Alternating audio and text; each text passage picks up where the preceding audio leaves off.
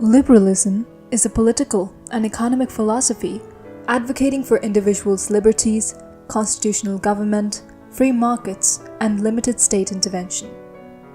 It is a response to the challenges posed by absolute monarchies, feudal systems, and traditional hierarchical structures of Europe. The roots of liberalism can be traced to the Age of Enlightenment.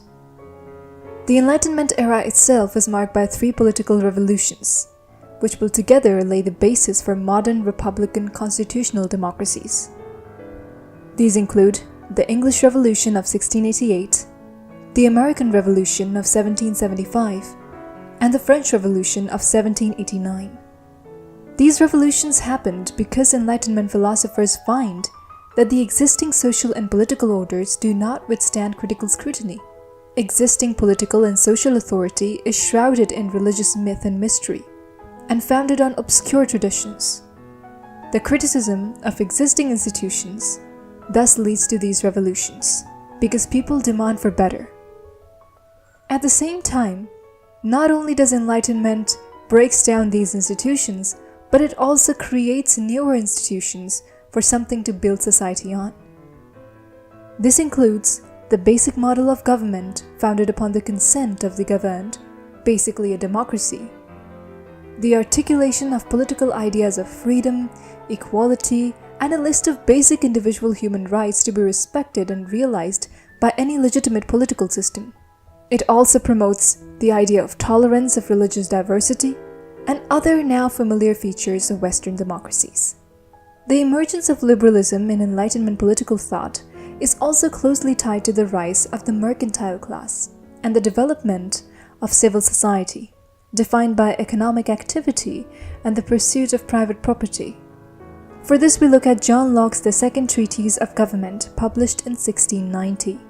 His work provides a foundational political philosophy that aligns with the interests of this ascending class, emphasizing the protection of property as the central aim of any political society.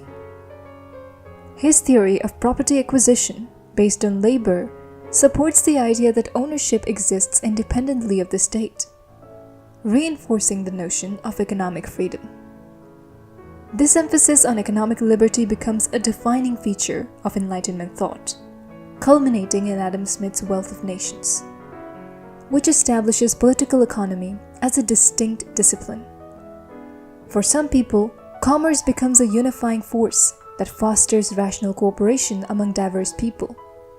The marketplace then begins to symbolize an ideal of peaceful universal order, standing in contrast to the sectarian conflicts that had plagued Europe's recent history. The Enlightenment's liberal commitment to economic freedom and private property often stands in tension with its democratic ideals. James Madison addresses this conflict in his Federalist No. 10, where he critiques pure democracy as vulnerable to the dangers of fractionalism. Look at it this way. In a system where majority rule is unchecked, a fraction of non-property owning citizens could use government power to redistribute wealth from the propertied class, potentially undermining the principle of property rights central to Locke's political theory.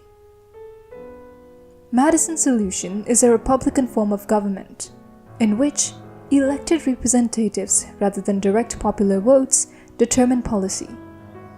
This structure tempers the influence of factions while preserving the government's role in safeguarding individual liberties, particularly economic freedom.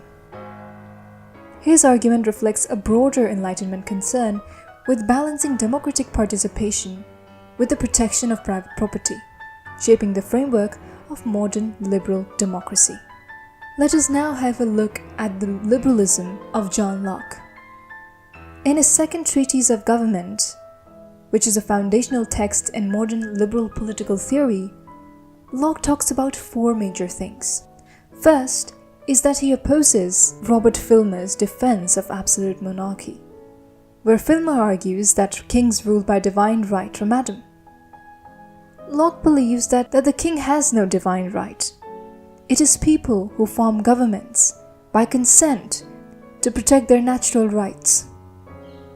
It's a social contract that exists between people and governments. Natural rights, according to Locke, are the rights that say that people are naturally free and equal, governed by law, which teaches that no one should harm another's life, liberty, or property. Again, the mention of property becomes very important here. He also talks about the right to revolt, that because people are the ones who bring a government in power through social contract, if a government violates their natural rights, people have the right to overthrow that government. It was Locke's ideas that influenced both the English and the American revolutions. But there are certain problems with Lockean liberalism. You see, Locke's reliance on the natural law tradition reflects a broader Enlightenment belief that reason alone can reveal a universal moral order, in which all human beings are naturally free and equal. However, this assumption is challenged by scientific advancements of the period, which do not support the claim that moral qualities, including freedom and equality, are inherent in nature. Thinkers like Condorcet maintained that progress in scientific knowledge would naturally lead to the discovery of a true moral and political order, but in reality the development of natural science often opposed such assertions. So this tension between reason and science and moral philosophy places Locke's argument in a difficult position. As a result, one of the enduring philosophical challenges inherited from the Enlightenment is the question of how to justify the claims of natural freedom and equality without relying on religious cosmology. Now, we talked about the idea of social contract. In Locke's theory of social contract, he believes that individuals possess natural rights to life, liberty, and property, and therefore enter a social contract with the government to protect these rights. And the government's legitimacy depends on how well it can protect these rights. We have another thinker who comes into this realm. He is Jean-Jacques Rousseau, who wrote his work on the social contract in 1762. Rousseau argues that in a state of nature, humans are inherently good, but become corrupted by society. His social contract aims to create a society where individuals surrender their individual will to the general will, creating a collective body that is sovereign. So you can see that Rousseau's view on the social contract and Locke's view on the social contract are very different. Locke supports a representative government that protects individual rights and private property.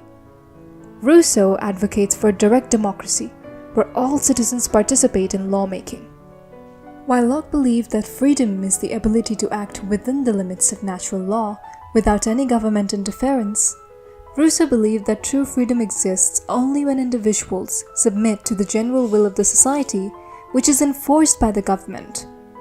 So while for Locke, individuals could retain their natural rights, for Rousseau, collective equality required for individuals to surrender their individual rights. Rousseau, like many political thinkers of the Enlightenment, is influenced by Baron de Montesquieu's The Spirit of Laws, published in 1748, a foundational text of modern political theory. Montesquieu's work belonged to the liberal political tradition, but extends beyond it due to its scientific approach to social, legal, and political systems. He argues that a system of legislation must be adapted to the specific circumstances of people, considering factors such as climate, soil fertility, and population size. He asserts that functional democracies require high levels of civic virtue, valuing the public good over private interest. This was against the utilitarianism propagated by Mill. His theory of separation of powers provides the foundation for the system of checks and balances later incorporated in the US Constitution. Montesquieu classifies three main forms of government. A government could either be a republic, which can be a democratic republic, or an aristocratic republic. A government could be a monarchy, or a despotism. The last thinker that I will discuss now is Thomas Paine. Thomas Paine was a passionate advocate for individual rights, democracy, and the abolition of hereditary privilege. In Common Sense, published in 1776, Paine made a compelling case for American independence, arguing that monarchy was inherently corrupt, and that governments should derive their legitimacy from the consent of the governed, something that Locke had already spoken about. Paine's The Rights of Man, published in 1791, defended the principles of the French Revolution, emphasizing the need for social equality, progressive taxation, and welfare to protect the underprivileged. In The Age of Reason, published in 1794, Paine criticized organized religion while advocating for deism, a belief in reason and natural law as the foundation of morality. Classical liberalism, which we have discussed in this lecture so far, gave rise to capitalism as it grew, especially in the industrial age. To know more about how it gave rise to capitalism and how then social liberalism developed, have a look at this lecture.